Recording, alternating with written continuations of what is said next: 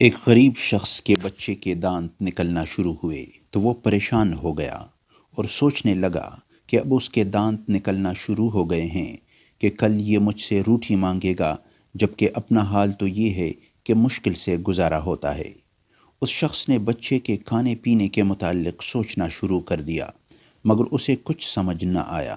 اس نے اپنی بیوی سے اس معاملے میں مشورہ کیا تو اس نے نہایت پر اعتماد لہجے میں کہا کہ تم اس کی فکر کیوں کرتے ہو؟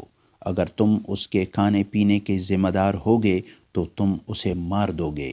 جس نے اسے دانت عطا کیے ہیں وہ یقیناً اس کے کھانے پینے کا بھی بندوبست کرے گا۔ کیا تم جانتے نہیں کہ جب کوئی شخص غلام خریدتا ہے تو اس کے کھانے پینے کا بھی بندوبست کرتا ہے؟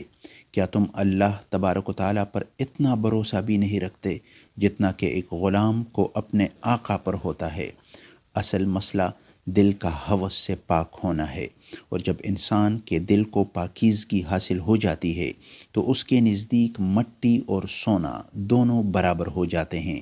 اگر انسان کے دل کو یہ پاکیزگی حاصل نہ ہو تو اس کا حال افریدون جیسا ہوتا ہے، جو ایک ملک کا بادشاہ ہونے کے باوجود مزید ممالک پر قبضہ کرنے کی آرزو رکھتا تھا۔ شیخ سعدی رحمۃ اللہ علیہ اس حکایت میں بیان کرتے ہیں کہ ہمیں فکر دنیا نے اللہ تبارک و تعالیٰ سے غافل کر رکھا ہے۔